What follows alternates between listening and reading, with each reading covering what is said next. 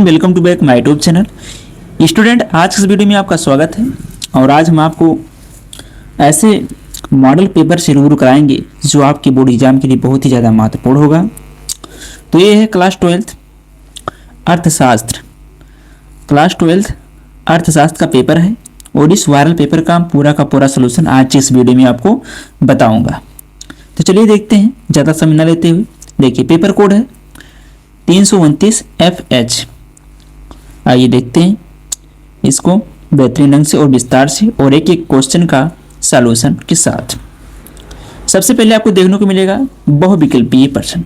बहुविकल्पीय प्रश्न कह रहा, निम्नलिखित प्रश्नों के सही उत्तर अपनी उत्तर पुस्तिका में लिखिए। क्वेश्चन नंबर 1 है, यदि कुल उपयोगिता अधिकतम हो तो सीमांत उपयोगिता होगी। ऑप्शन आ है अधिक, ऑप्शन बा कम, ऑप्शन सा शून्य, ऑप्शन दा ऋणात्मक। इसका जो राइट ऑप्शन है ऑप्शन सा इज करेक्ट ऑप्शन, शून्य इसका राइट ऑप्शन है। अगला क्वेश्चन है, क्वेश्चन नंबर 2 है, मांग की कीमत लोच का क्या अभिप्राय है। मांग की कीमत लोच का क्या अभिप्राय है। ऑप्शन आ कीमत में परिवर्तन के कारण मांग में परिवर्तन, ऑप्शन बा मांग में परिवर्तन, ऑप्शन सा वास्तविक आय में परिवर्तन, ऑप्शन दा कीमत में परिवर्तन। तो इसका जो राइट ऑप्शन है option A is correct option, कीमत में परिवर्तन के कारण मांग में परिवर्तन। अगला क्वेश्चन है, क्वेश्चन नंबर 3, किसी वस्तु को प्राप्त करने की लालसा जिज्ञासा को कहा जाता है।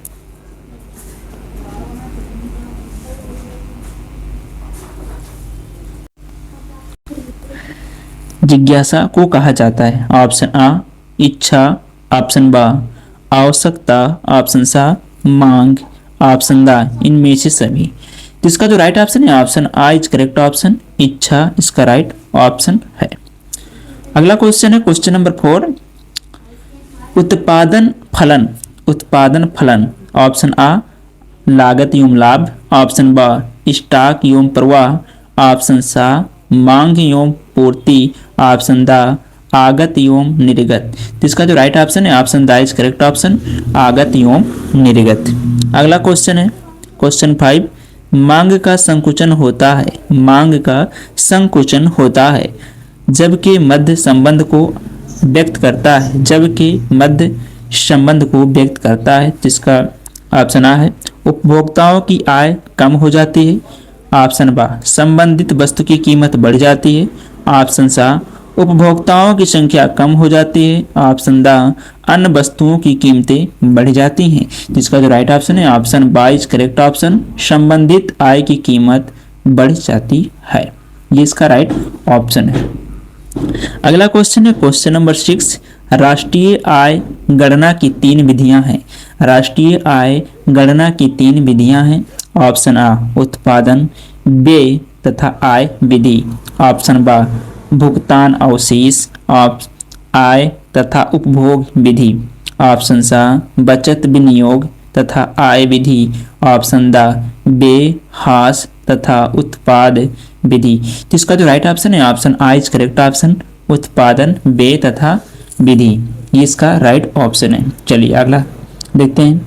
अगला क्वेश्चन है, क्वेश्चन नंबर 7 है, भारत के बैंकिंग और मौद्रिक संरचना को कौन सा बैंक नियंत्रित करता है। तो ऑप्शन आ State Bank of India, option बा Reserve Bank of India, option सा पंजाब नेशनल बैंक, ऑप्शन दा एक्सिस बैंक।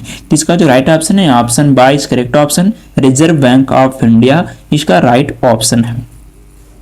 अगला क्वेश्चन है, जब सरकार अपनी राजस्व आय से अधिक खर्च करती है तब इस आधिक्य को कहते हैं। ऑप्शन आ प्राथमिक घाटा, ऑप्शन बा राजकोषीय घाटा, ऑप्शन सा बजट घाटा, ऑप्शन दा राजस्व घाटा। तो इसका जो राइट ऑप्शन है ऑप्शन बा इज करेक्ट ऑप्शन, राजकोषीय घाटा। राजकोषीय घाटा इसका राइट ऑप्शन है।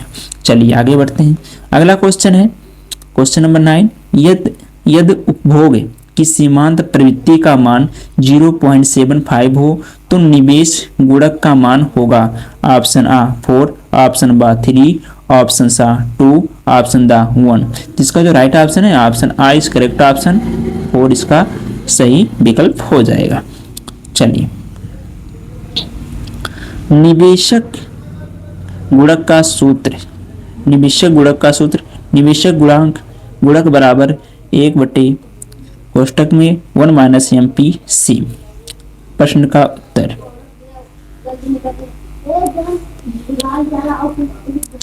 आपने प्रश्न में MPC का मान 0.75 दिया है। इस मान को सूत्र में रखकर हम निवेश गुणक का मान निकाल सकते हैं। निवेश गुणक 1 बाई कोष्टक में 1 माइनस 0.75 और निवेश गुणक 1/0.25, निवेश गुणक 4।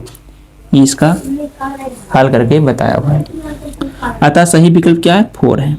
चलिए अगला क्वेश्चन देखते हैं। क्वेश्चन नंबर 10 है, देश के भुगतान संतुलन के घाटे को ठीक करने की जो आवश्यकता है वह है ऑप्शन आ अपने निर्यातों में वृद्धि, ऑप्शन बा अपने आयतों में कमी, ऑप्शन सा अपने मुद्रा का अवमूल्यन, ऑप्शन दा इनमें से सभी। इसका जो राइट ऑप्शन है ऑप्शन दा इज करेक्ट ऑप्शन, इनमें से सभी इसका सही विकल्प है।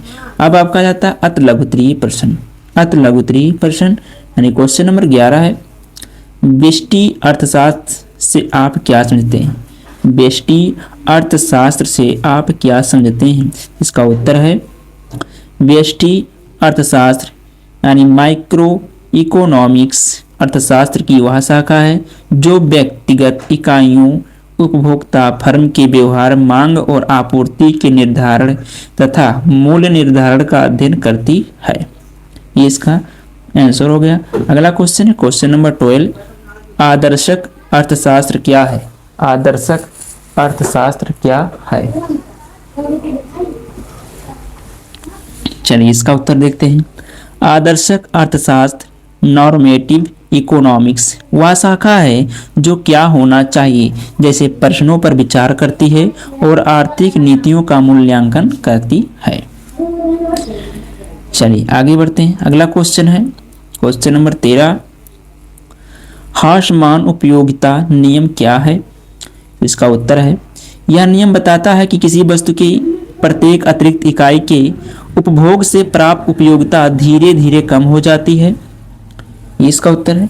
अगला क्वेश्चन है बाजार मांग वक्र क्या है? बाजार मांग वक्र क्या है? इसका उत्तर है बाजार मांग वक्र वह वक्र है जो बाजार में सभी उपभोक्ताओं की मांग को दर्शाता है। यह वक्र कीमत और मांग के बीच नकारात्मक संबंध दिखाता है। चलिए आगे बढ़ते हैं। अगला जो क्वेश्चन है क्वेश्चन नंबर 15 है, साधन लागत पर राष्ट्रीय आय को परिभाषित कीजिए। साधन लागत पर राष्ट्रीय आय को परिभाषित कीजिए। इसका उत्तर है साधन लागत पर राष्ट्रीय आय उस कुल आय का मूल्य है जो किसी देश में उत्पादित वस्तुओं और सेवाओं के उत्पादन में उपयोग किए गए सभी साधनों को उनके योगदान के लिए भुगतान किया जाता है। ये हो गया। चलिए आगे बढ़ते हैं। अगला क्वेश्चन है क्वेश्चन नंबर 16, राजस्व घाटा से आप क्या समझते हैं? राजस्व घाटा से आप क्या समझते हैं? इसका उत्तर है राजस्व घाटा उस स्थिति को कहते हैं जब सरकार का कुल राजस्व व्यय उसके कुल राजस्व आय से अधिक हो जाता है। ये इसका आंसर हो गया। अगला क्वेश्चन है क्वेश्चन नंबर 17, अनैच्छिक बेरोजगारी क्या है? अनैच्छिक बेरोजगारी क्या है? इसका उत्तर है यह वह स्थिति है जब लोग काम करने के इच्छुक और योग्य होते हैं लेकिन उन्हें रोजगार उपलब्ध नहीं होता है। ऐसी स्थिति को अनैच्छिक बेरोजगारी कहते हैं। चलिए आगे बढ़ते हैं। अगला क्वेश्चन है क्वेश्चन नंबर 18, सरकारी बजट क्या है? सरकारी बजट क्या है? ये सारे के सारे जो क्वेश्चन मैं बता रहा हूँ इसमें ये सारे के सारे क्वेश्चन बहुत ही महत्वपूर्ण हैं आपकी बोर्ड एग्जाम में, और अगर आप इसको देख लेते हैं तो आप अपने बोर्ड एग्जाम में अच्छा स्कोर कर पाएंगे। तो आप पूरा वीडियो अच्छे से देखिए और एक एक क्वेश्चन को रटते जाइए। चलिए अगला क्वेश्चन है सरकारी बजट क्या है? इसका उत्तर है सरकारी बजट वह वार्षिक वित्तीय विवरण है जिसमें सरकार अपनी आय और व्यय का लेखा जोखा प्रस्तुत करती है, उसे सरकारी बजट कहते हैं। चलिए अब आ गया आपका लघु उत्तरीय प्रश्न यानी क्वेश्चन नंबर 19। चलिए इसको देखते हैं। 19 जो क्वेश्चन नंबर 19 है, उपयोगिता के संख्यात्मक तथा क्रमवाचक मापों में भेद कीजिए। इसका उत्तर है संख्यात्मक माप उपयोगिता को संख्याओं जैसे 1 2 3 के रूप में मापा जाता है। इसे कार्डिनल माप भी कहते हैं। उदाहरण, पहली वस्तु से 10 यूटिलिटी और दूसरी से 8 यूटिलिटी। क्रमवाचक माप उपयोगिता को प्राथमिकताओं के आधार पर क्रम में रखा जाता है। इसे ऑर्डिनल माप कहते हैं। उदाहरण, पहली वस्तु दूसरी से अधिक पसंद है। चलिए आगे बढ़ते हैं। अगला क्वेश्चन है क्वेश्चन नंबर 20। स्थानापन्न वस्तु और पूरक वस्तु क्या होती? स्थानापन्न वस्तु और पूरक वस्तु क्या होती? चलिए इसका उत्तर देखते हैं। स्थानापन्न वस्तु वे वस्तुएं जो एक दूसरे का विकल्प बन सकती हैं। उदाहरण, चाय और कॉफी। पूरक वस्तु वे वस्तुएं जो एक साथ उपयोग की जाती हैं। उदाहरण, कार और पेट्रोल। राइट, ये हो गया क्वेश्चन नंबर 20 का आंसर। अब आगे बढ़ते हैं और जो हमारा अगला क्वेश्चन है क्वेश्चन नंबर 21। क्वेश्चन नंबर 21 है, परिवर्तनीय अनुपात के नियम से आप क्या समझते हैं? परिवर्तनीय अनुपात के नियम से आप क्या समझते हैं? तो इसका उत्तर है, यह नियम बताता है कि उत्पादन प्रक्रिया में जब एक ही या अधिक इनपुट को परिवर्तित किया जाता है तो प्रारंभ में उत्पादन बढ़ता है, लेकिन एक बिंदु के बाद उत्पादन की दर घटने लगती है। ये हो गया इसका क्वेश्चन नंबर 20 का आंसर। आगे बढ़ते हैं। अगला जो क्वेश्चन है क्वेश्चन नंबर 22 है, स्थिर विनिमय दर की व्याख्या कीजिए। स्थिर विनिमय दर की व्याख्या कीजिए। इसका उत्तर है, स्थिर विनिमय दर वह दर है जिसे सरकार या केंद्रीय बैंक द्वारा उत्तर एक निश्चित स्तर पर बनाए रखा जाता है। इसे विदेशी मुद्रा बाजार में हस्तक्षेप द्वारा नियंत्रित किया जाता है। ये आपका हो गया क्वेश्चन नंबर 22 का आंसर। अब आगे बढ़ते हैं। जो अगला क्वेश्चन है क्वेश्चन नंबर 23 है, चालू खाता एवं पूंजी खाता क्या होता है? चालू खाता एवं पूंजी खाता क्या होता है? जिसका उत्तर है, चालू खाता यह व्यापार, सेवाओं, आय और अंतरणों से संबंधित होता है।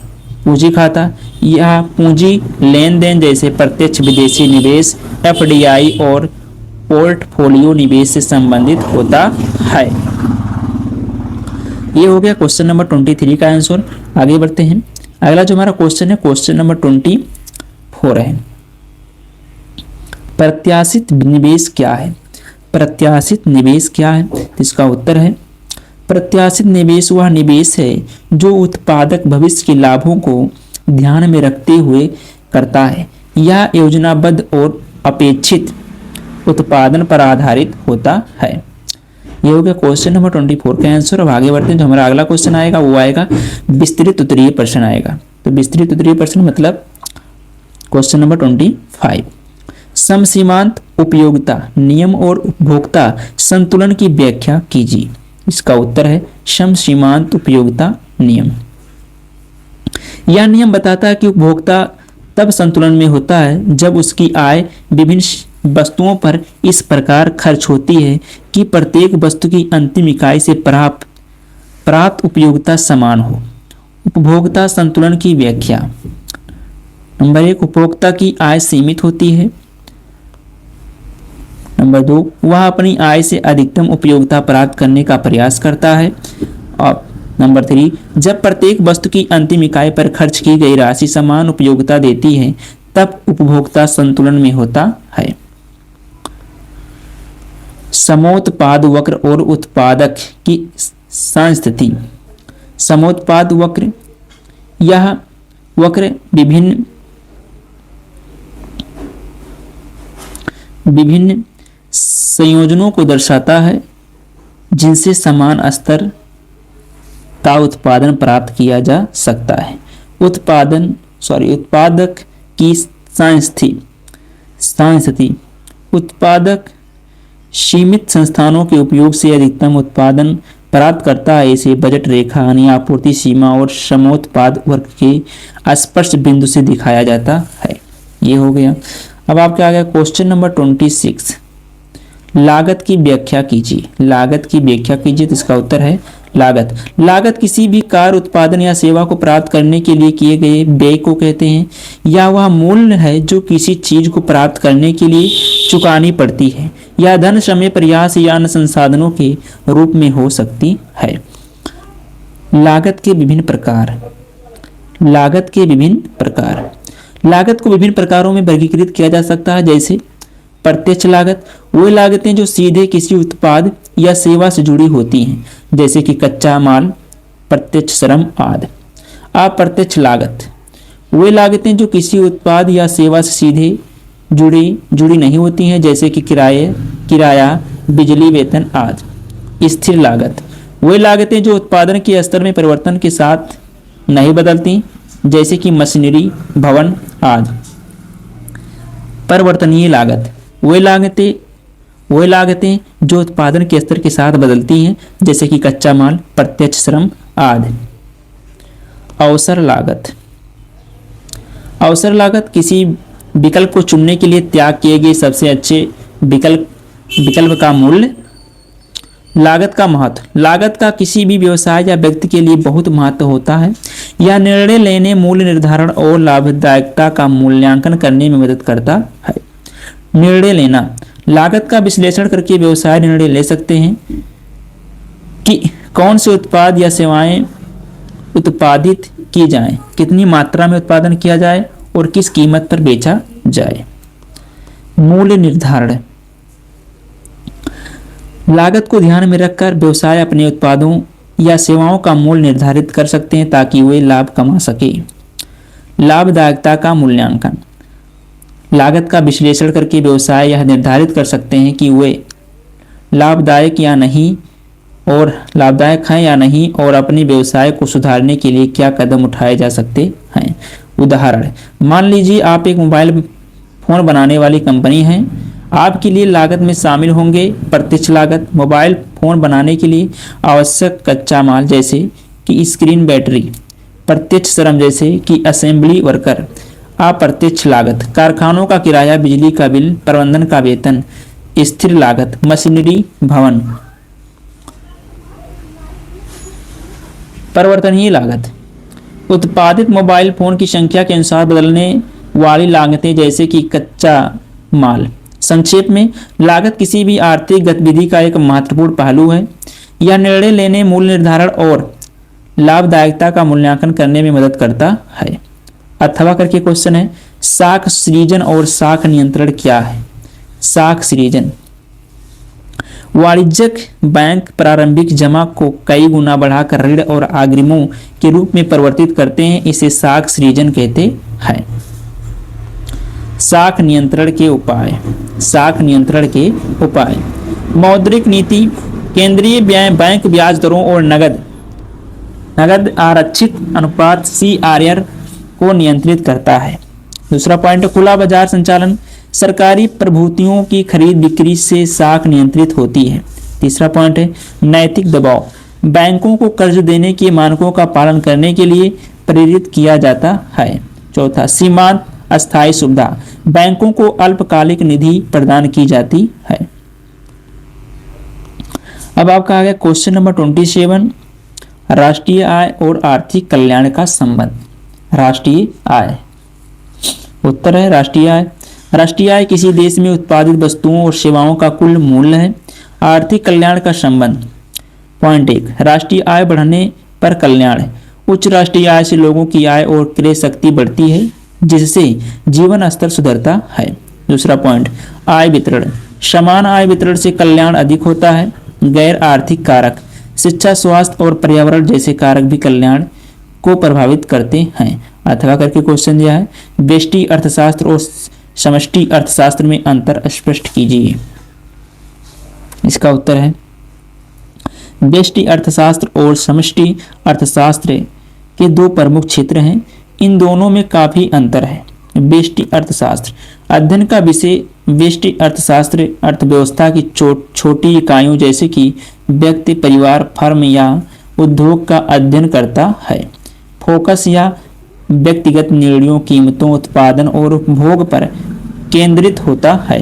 उदाहरण, एक विशिष्ट कंपनी द्वारा उत्पादित वस्तुओं की कीमत एक उपभोक्ता द्वारा किसी विशेष वस्तु की मांग आदि। समष्टि अर्थशास्त्र अध्ययन का विषय समष्टि अर्थशास्त्र संपूर्ण अर्थव्यवस्था का अध्ययन करता है। फोकस यह राष्ट्रीय आय, रोजगार, मुद्रास्फीति, आर्थिक वृद्धि जैसे समग्र आर्थिक चरों पर केंद्रित होता है। उदाहरण, एक देश की बेरोजगारी दर, एक देश की कुल उत्पादन, मुद्रास्फीति का दर आदि। व्यष्टि अर्थशास्त्र में चाय की कीमत का निर्धारण, जबकि समष्टि अर्थशास्त्र में राष्ट्रीय आय और मुद्रास्फीति का अध्ययन किया जाता है। तो ये था आज का वायरल पेपर और इस वायरल पेपर का मैंने सारा का सारा सलूशन आपको बता दिया है। तो आई होप आप सभी को वीडियो पसंद आया होगा और ऐसे ही अगर वीडियो चाहते हैं तो आप हमारे चैनल को सब्सक्राइब करिए और बेल आइकन घंटी दबाना ना भूलें, ताकि जैसे वीडियो अपलोड करें आपको तुरंत ही नोटिफिकेशन मिलता रहे। तो आज के लिए इतना ही, मिलते हैं नेक्स्ट वीडियो में, तब तक के लिए पढ़ते रहिए, मस्त रहिए। जय हिंद, जय भारत।